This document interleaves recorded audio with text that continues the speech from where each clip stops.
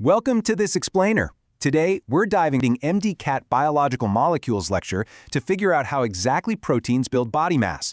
You know, when we look in the mirror, we mostly just see skin, hair, and tissue, but we rarely stop to think about the literal microscopic construction site working right under the surface to build all that mass. So let's hit the ground running with a pretty staggering number. If you were to completely dehydrate a living organism, take away absolutely all the water, a massive 50% of the remaining dry weight is made up entirely of protein. Now sure, carbs and lipids are your body's go-to for a quick burst of energy, but protein? Protein is the supreme builder of your physical mass. It's literally the structural steel and concrete of your biological building. Here's our roadmap for today. First, we'll look at the building blocks of body mass. Second, the amino acid foundation. Third, assembling the protein chain. Fourth, folding into 3D shapes. And finally, fibrous versus globular forms. All right, Section 1, Building Blocks of Body Mass. To get started, we really need to look at the specific proteins responsible for actually constructing your physical form. But before we get to your specific tissues, let me ask you a quick question. What do you think is the most abundant protein? Take a second, take a guess, because the answer totally changes depending on where exactly you're looking. Well, if you guessed Rubisco, you'd be absolutely right. On a global scale, Rubisco totally dominates the Earth overall, mostly hanging out in plants. But inside you, collagen is the undisputed champion. It is the most abundant organic compound in your bones and your cartilage, basically acting as the primary scaffolding for your entire skeletal system. And this is a great example of how you can actually see and feel these proteins every single day. Take a look at these structural proteins. When you look at your nails or brush your hair, you are looking directly at keratin. And if you pinch the back of your hand and it snaps right back into place, yeah, you're relying entirely on the resilience of elastin. These aren't just abstract chemical concepts, right? They are the literal materials physically constructing you. But here's the thing. Proteins aren't just passive bricks. Beyond structural mass, they also do the absolute heavy lifting for your bodily functions. Think of enzymes as chemical accelerators, completely speeding up your metabolism. Hormones, they're the regulators keeping your whole system in balance. Antibodies are the defensive immunoglobulins protecting you from germs. And contractile proteins, like actin and myosin, are the literal microscopic engines driving every single one of your muscle movements. Moving right along to Section 2, the amino acid foundation. To truly understand how these massive structures and dynamic engines are actually built, we've got to zoom all the way down to the cellular level and look at the fundamental building blocks. And the big question is, what actually makes a protein a protein? Well, it all comes down to nitrogen. While carbs and lipids are built from carbon, hydrogen, and oxygen, proteins absolutely require a nitrogen atom to form their core amino group. If there's no nitrogen, there's no protein, period. It is an absolute, non-negotiable requirement. What's super fascinating here is how the body manages to create such massive variety from just one simple template. Every single amino acid has this variable part called an R group. By just swapping out that one little attachment point, the body creates wildly diverse molecular bricks. You can have glycine, the simplest one, with just a tiny hydrogen atom for its R group. Or you can swap that out for a massive ring structure and get tryptophan, the most complex. You even have specialized ones like proline, which folds back on itself, or cysteine, which has sulfur in it to act like super strong chemical glue. It's honestly mind-blowing how a single cyclic amino acid, like tyrosine, can be biologically remixed by your body.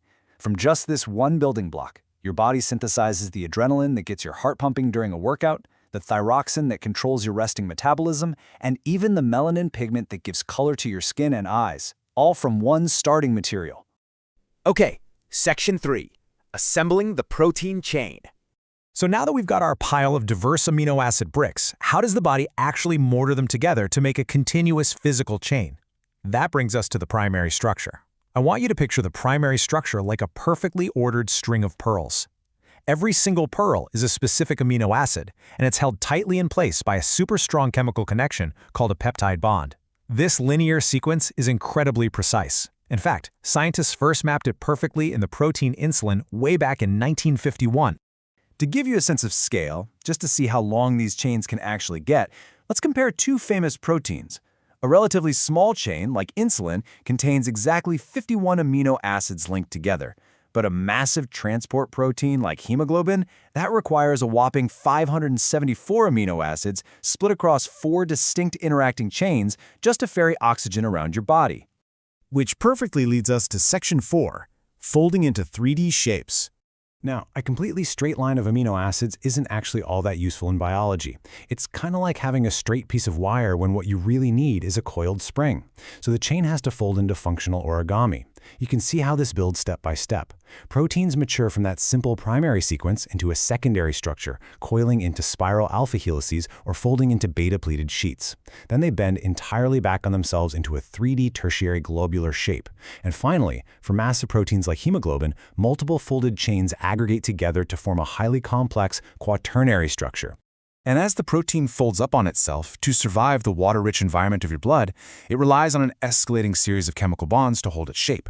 It kicks off with basic peptide bonds, moves up to delicate hydrogen bonds to hold the coils, uses strong ionic and disulfide bonds to really lock in that 3D shape, and finally uses hydrophobic or water-fearing interactions to squeeze multiple chains together safely away from the surrounding fluid.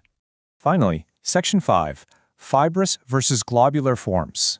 Once the folding is completely done, biologists classify all these thousands of different proteins into 2 distinct functional categories. When we compare them side by side, the division of labor in your body becomes amazingly clear. Tough, insoluble, fibrous proteins are highly resistant, and they actually stop at the secondary structure. They are strictly meant to build your physical architecture. On the flip side, fragile, soluble globular proteins fold all the way to tertiary or quaternary structures. They act as your body's dynamic workforce, dissolving right into your blood to perform highly specific biological tasks.